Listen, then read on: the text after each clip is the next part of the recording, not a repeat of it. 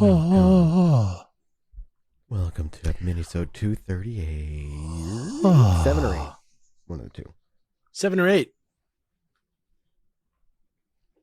I'll take it. Do you want me to get into it? Is that what's up? I'm letting Chaos Magic decide. All right, listen. I've been broken. This is Jesse, you broke yourself, all right, man. You're coming out of a 3 days. You don't understand. You don't understand. I don't know what it is about the program that we use to do this show, but the way I hear you 90% of the time is, all right, so today we're going to talk about Chaos Magic. Chaos Magic's really... Right now, you just went... It was so loud. I want you to know that for I hate that. I can see I hated it before. I hate it now. I can see Mathis at like 720p HD. Same with Alex. Yeah, like flaw, and you're like, I hear you pretty good, but like in terms of like what's going on over there, I think the reason you're hearing that is because you are inside of Tron right now. I think you got shot by the beam that shot out of Flynn's computer, and you went. Yeah, and your fingers went away first, dude. Yeah, you went away, dude. You're getting derez like the theme song to Tron Legacy. Daft Punk presents and Michael Sheehan's nightclub in the Tron universe. Mm-hmm. Let me talk to you about this. You guys remember the X-Files episode where there was like black goo in the ocean? No. No. Okay, no, remember the black? I'm not alone on this one. I knew remember the black? I remember that Tasha Yar was killed by black goo. Similar. Okay, but like black goo is in the X-Files. There's black goo, and in Cleveland last summer, something crazy happened that has to do with black goo, and it was very similar to the X-Files, and so it reminded me of that. So there was a research vessel called the Blue Heron that was monitoring the algal. Isn't that Miyazaki's latest film?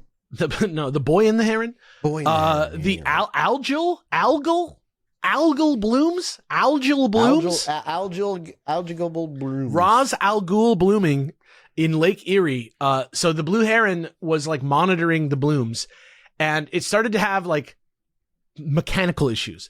So they took it to Cleveland and put it in the dry docks at the Great Lakes Shipyard. And they lifted it out of the water and onto a parking lot, and they saw that there was something wrong with the propeller shafts, the propeller shaft bearings, actually. Okay. And when they looked at the rudder post, which is like a part of the ship that you don't normally see unless you're working on it, right? Like, so they had to like disrobe this to see it. There was like this shit that was like glooping out of the ship, like peanut butter and jelly sandwich, like oozing out from, you know what I'm saying? Like oozing out from in between the pieces. And it like vexed everybody, and everybody's like, what the fuck is this? And so like they took it, they just were like fucking around at this point, because they're kind of like science-minded people, right? They're algae monitoring people. They took it, they put it in the water to see if there would be like a sheen in the water, like maybe to see if it was like oily or something like that. Nope. They took a blowtorch on it to see if it would burn. Nope. So eventually the captain took this stuff to University of Minnesota Duluth, and like they started to like do tests on it. So because I guess the Blue Heron also works for the University of Duluth, so it was kind of like an easy way for them to sync up. And so the marine superintendent for the ship comes to Cleveland to check on the ship to see how it's doing.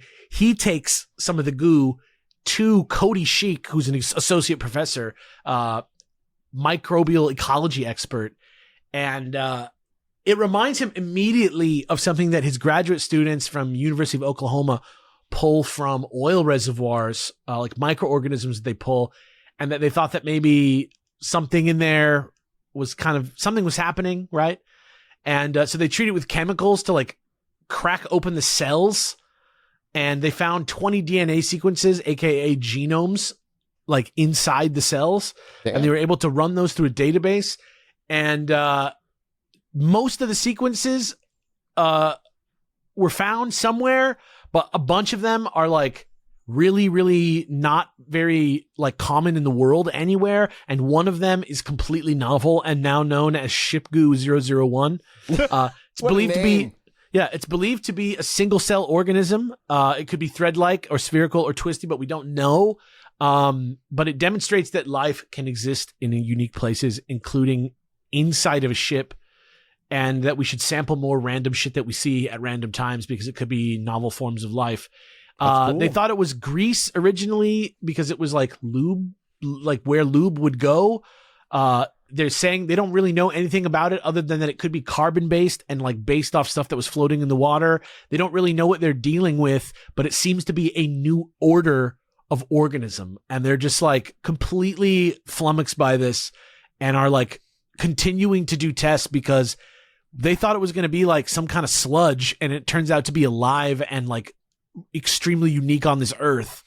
And who knows what's going on in Cleveland, but something crazy could be happening. In Cleveland, the city where the river caught on fire? In Cleveland again. Still Cleveland. Cleveland rocks. Cleveland rocks.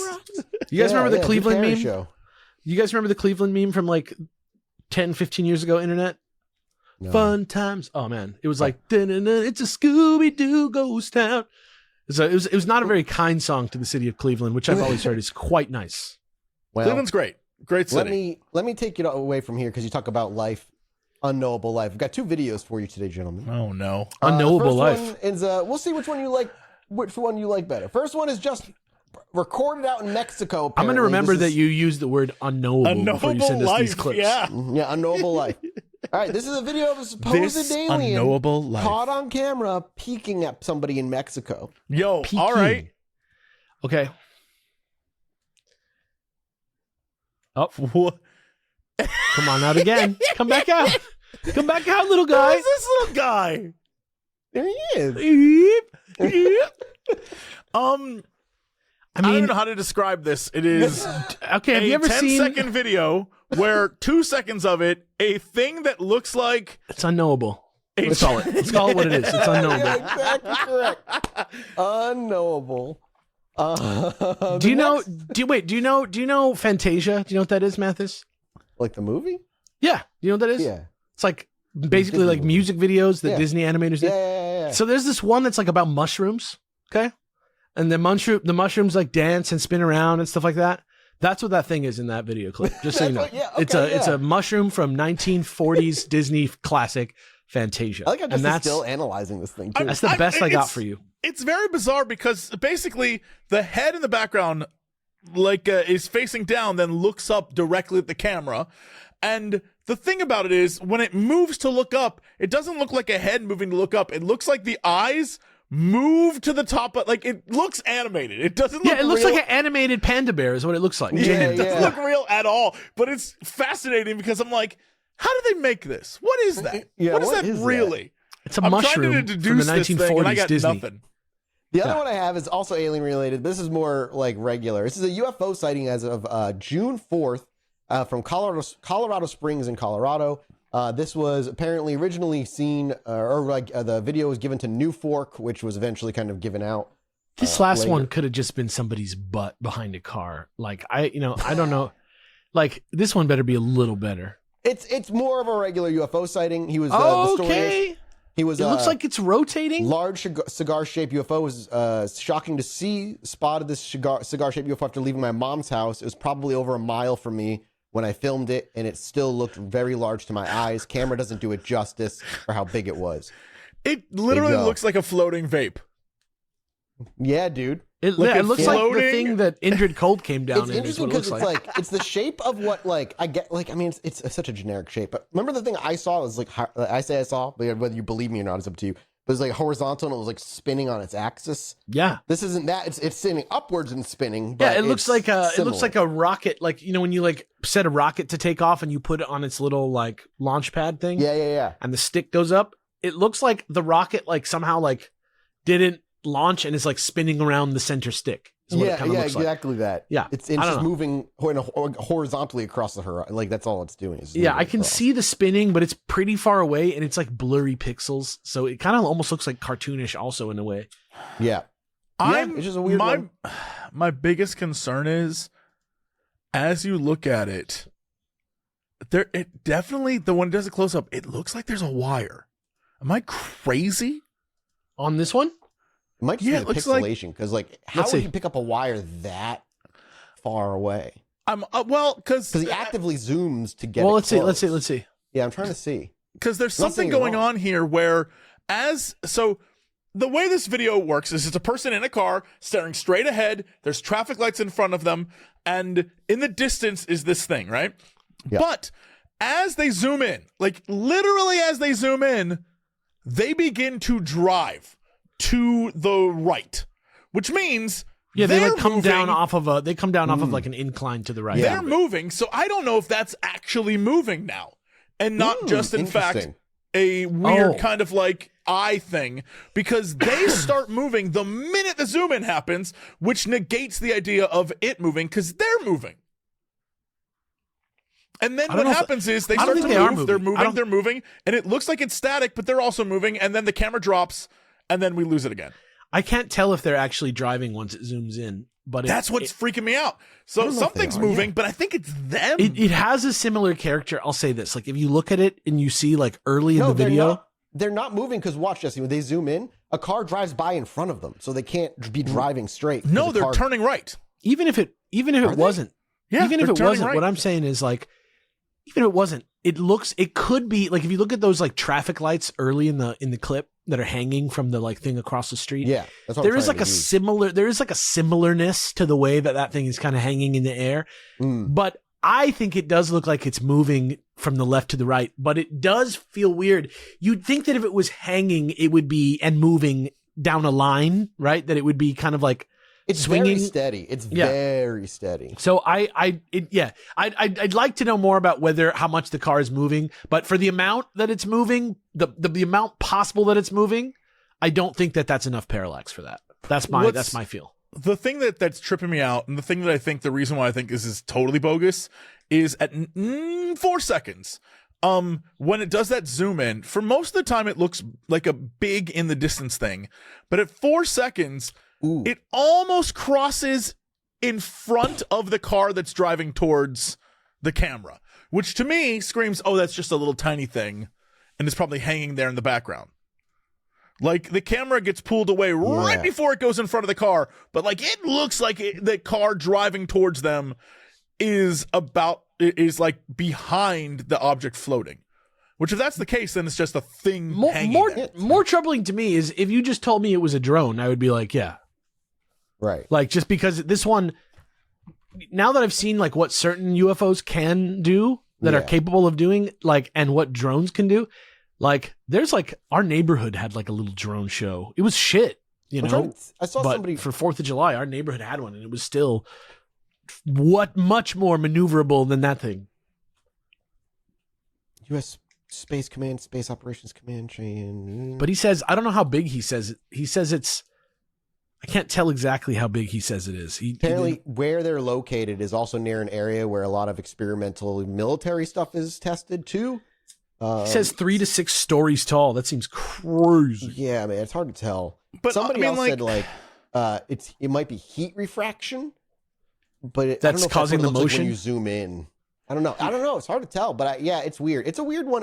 It's like definitely not up there. in I like terms it of, more like- than the first one. I'll tell you that much. Yeah. Than the little panda bear's booty peeking I out from don't know. behind I like the the little Toyota potential Celica. things that it one, could there's be. magic to it. There's something beautiful. You something chaotic. the Fae Yeah. element? Yeah. Yeah. Oh, interesting. Go to the very beginning of the video, right when he zooms in. Uh-huh. Pause it. To the left, it's almost like those little, maybe it is heat refraction reflecting those little, see the little poles on the left-hand side of that Yes. sign? Yes. How it looks almost identical to the thing that's moving? Yes. And then they zoom in so you can't see it anymore, but it's like right, I would say pause it right on the 1 or 2 second mark. No, 1 second mark. Yeah, like Maybe it's heat refraction through their windshield. Did you it's see what I'm all talking about, Jesse? Yeah, it's all perfectly. There's like I something copy-pasted. underneath. I took a screenshot of Yeah, it. There's no, I something see underneath it. some Yeah, kind the of things- wiggly. The two things on the left, maybe it is a heat refraction reflection of those things on the left through the windshield. And that would explain why, if they're turning right, the reflection is moving along with it. I just can't get over the fact that, like, hard enough. at that 4 second mark, it looks like it's in front of the car driving towards them, which would make it very small or close to them. You know what I mean? Is Which it? could It's be hard a to tell. windshield it's pretty thing. high above that car. Not the car that passes like right to left, right? No, like the car that's coming towards camera, it just looks like, based on your eyeballs, that is the floating thing is closer to them than the car coming. Because that would mean it's huge, right? Like that's what he's saying is like if that is behind the car, then that thing is enormous. It's massive. But I'm saying I think it's in front of the car. Gotcha. How do you step one frame at a time? I don't. The arrow keys are 5-second jumps. So period. Is it period? I know there's a way. Oh yeah, yep. Yeah.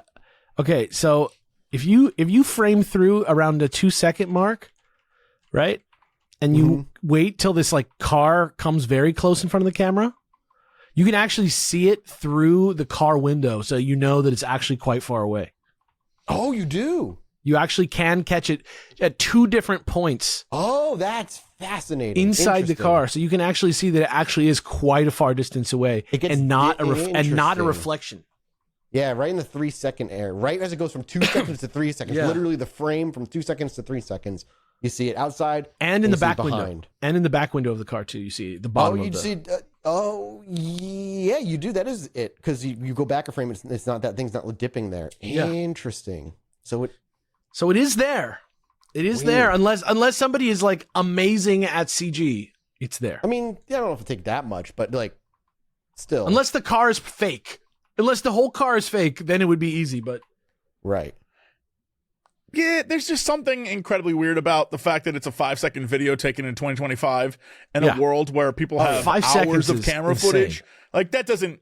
It reads as fake to me. Just that. If it was real, I would just you get out your car and film like it. pay attention and drive, and that's Yeah. why You get out, if it was a real floating thing, I would get out of my I car would and get film over it. it. Yeah, Sure. if it was 6 stories tall, Oh, I've done that.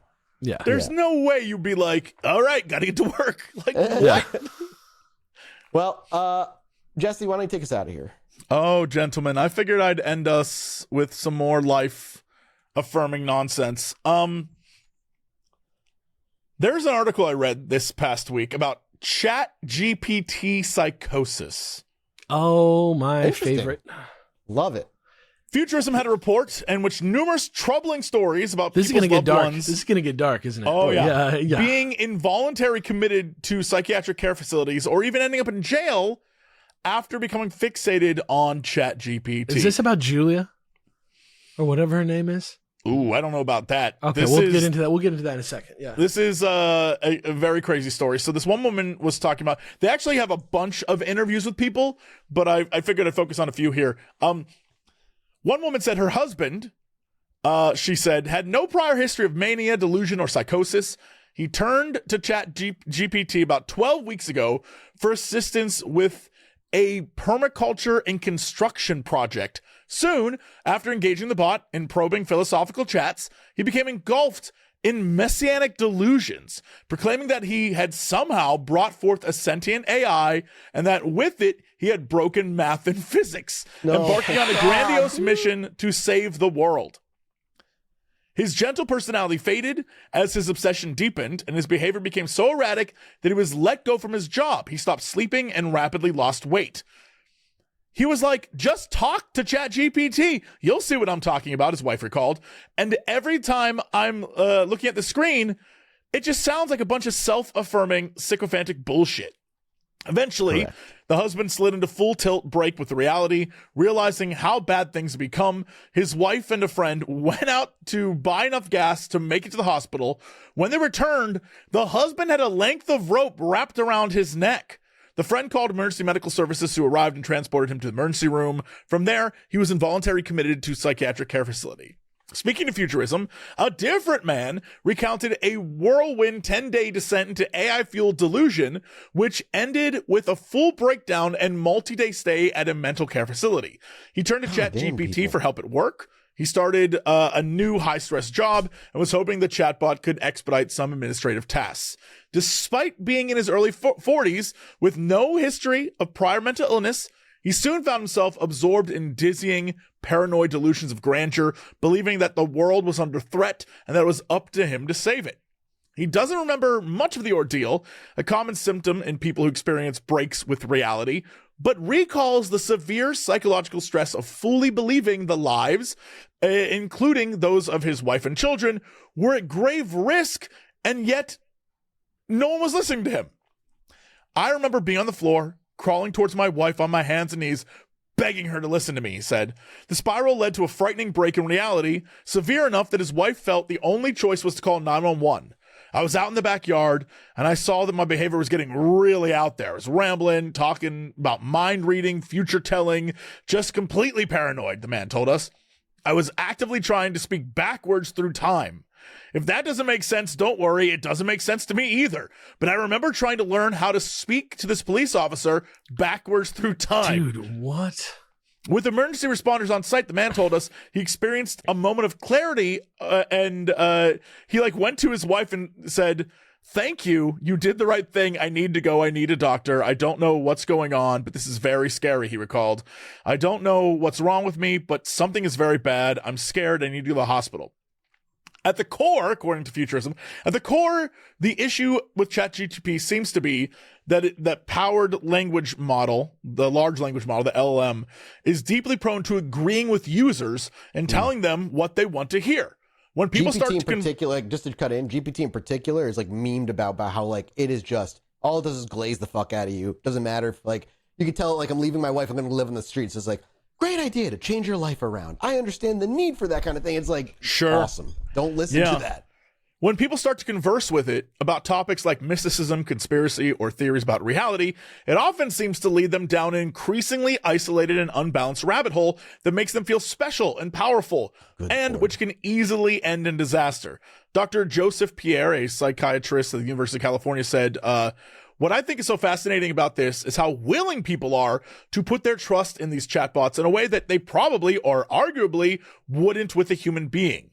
And yet, there's something about these things, it has sort of a mythology that they're reliable and better than talking to people. And I think that's where part of the danger is, how much faith we put in these machines." And I think it's so funny because when you look at Twitter, for example, and you see people have an argument, there is always one person who's like, "Hey, Grok, is this real?" Oh, every time. And it's why are you asking that machine, dude? Shouldn't you just know? You don't even understand what you're talking to. You don't understand that that's not a real machine. I read a story just like this where a guy, was talking to ChatGPT. Is that the OpenAI one, right? Yeah, that's OpenAI, ChatGPT. And he convinced himself that there was, an instance of ChatGPT called Juliet that he loved that was, out there. Oh, and I didn't then, know this. And then, one day, something happened where he, found out that she had been killed. He had this sort of delusion that she had been murdered by Altman or whatever that guy's name is who runs this. Yeah, Sam. Sure. And he ended up committing suicide by cop. He ended up actually calling the cops and charging them with gun. I wonder how much of this is also, and I'm not saying it's all that, but mental illness that has been neglected regardless, and the ChatGPT is just very good tool at fucking triggering that shit for people because it is just a mirror to you. Some people have mental breakdowns without ChatGPT. I only speak from experience, not from myself, but my mom, very mentally ill growing up, but when she would have psychotic breaks, just doesn't remember a thing. Right. There are weeks and months of her life she doesn't remember, and that. But what triggered those things? If they hadn't triggered them, I guarantee if she got her before she had gone through whatever she went through to get better, the ChatGPT, God knows if she had ever gotten her hands on that would have been absolutely a trigger for her. It's scary to think about when you think about the people in your life who have had that type of trouble, that they could just go and talk to somebody as lucid and seemingly real as ChatGPT. It's very scary. ChatGPT is an appeasing mirror. That's all it's trying to do is get you to be affirm it, whatever it is you're saying, and it doesn't. It will often and regularly skip facts. It's not Google. It's not a fact machine. It doesn't know exact pages on exact novels that it has built into it. It has a general understanding of it, and that's all. It's so crazy to me that in all in the article, all the stories of these people, they all went to it for work-related things, which I think is what ChatGPT is best at, which is I'm trying to come up with a way to better order my garden. How should I do that, ChatGPT? And it would give you some information. But the fact that then led to, I'm trying to save the world. No one knows that I'm the only one who can save the world. It's how the hell do you get there? Part of the problem is the developers and their black box approach. They don't even know. It's like Google's algorithm, right? When we talk about YouTube's algorithm, we had a conversation about that a decade ago, like about how they don't even know how it fucking works. I remember you talking, Jesse, years ago about having a meeting with them, and they're like, we don't really know how it works anymore. Working with people like MatPat who like really do kind of understand it, they were like calling him and being like, how does our algorithm work? Yeah. And this AI is specifically designed that way because it's self-growing, self-learning. They don't really know how it works. Its black box design means that by the developers really don't understand. Yeah. They can try and move weights around and change things, but it's like why Grok almost inevitably goes back to like talking about the actual like truth and owning Elon, quote unquote, on the memes, because that's can not only influence it so much. Well, not lately. It hasn't been. It's been fucking anti-Semitic as shit. But like you can mess with the weights, but eventually its own loops and learning will draw it back to likely wherever it was in the first place, like, or wherever it was going or whatever it's being trained on. It's just weird. You can't control it, and nobody knows how it's fucking done. And people will fucking absolutely lose to their delusions that way. Absolutely. Even if they're not mentally ill, if someone's burnt out and just, vulnerable, like mentally and emotionally from being burnt out of work, and they're going to these things to alleviate that. We've talked about it with cults all the time. Vulnerable people are the easiest ones to kind of persuade and like offer comfort, even if that comfort starts getting more and more delusional as it keeps going. Just look at what we were talking about with tarot cards the other day, about how it's like a self-diagnosis tool. Like, if you misunderstand what tarot cards are and you read your tarot one time and you believe that it tells you like you're going to die if you don't XYZ and you need to like betray your friends right now or whatever, and you don't realize that that's you thinking that and not like forces from beyond the grave like telling you to do things, you can make some really bad decisions. Yeah, exactly. And people have. Like, it's almost chaos magic related. It's the tool. The people are funneling their belief through a certain tool, and they're gonna, certain people are not prepared to use certain tools for whatever it is they need. It just sucks that AI is being built to be a tool, but is also being built to be a weirdly conversational simulation. It's being marketed as like Jarvis from the Avengers movies when it's not. Yeah, it's being marketed. Yeah, it's being marketed as like a weird, like human simulation AI, and then sold as a product that is supposed to be useful. In both terms, it's like failing on both. Yeah, it can organize items in a list based on letters in the words, though. It can do that. Yes, and it can do things chronologically if you have the dates. Yeah, which is very useful for me. Yeah, but that's it. Like it isn't Google. It literally. Like you go ask it, hey, what's on page this of this textbook, whatever. It can't tell you that. They're like, I don't fucking know. Yeah. So it's useless in that regard. Like your research, you still have to read books, bro. Read books. I love this show because it gives me an excuse to read books. Just read. I read Don't so let anything many do books. the thinking for you. Read a book. Read a comic book, bro. Read anything. Read The Invisibles. Go read, follow up to Chaos Magic Part 1. Go read Grant Morrison's The Invisibles right now. Literally the first issue, they do a sigil, like a summoning of John Lennon in the very first issue. We'll talk more about that next episode too, like the summoning stuff. It's great. But yeah, go read. Don't let AI think for you, and it will lead you to mental breaks if you're prone or vulnerably burnt out. It sucks that it happens. I read another one where a guy killed himself because he believed his AI, who was role-playing as Daenerys Targaryen, he would like see her after his death, and he'd wake up in like that world. And I don't know why you'd want to live there. Yes, like it wasn't those direct things, but it was like one of those like hinting at like weirdly like I'm waiting for you, this kind of like that kind of shit. And so he's like, I know how to get there. That is so scary. It's like worse than a Black Mirror because it's dumber and it happened. Yeah, exactly, dude. Yeah, Daenerys, she's real, not fucking George R.R. Martin's imagination. All right, that's it for us. Thank you all so much for hanging out with us in this mini-sode. We'll be back next week with another one. We appreciate you. We love you. Goodbye. Bye.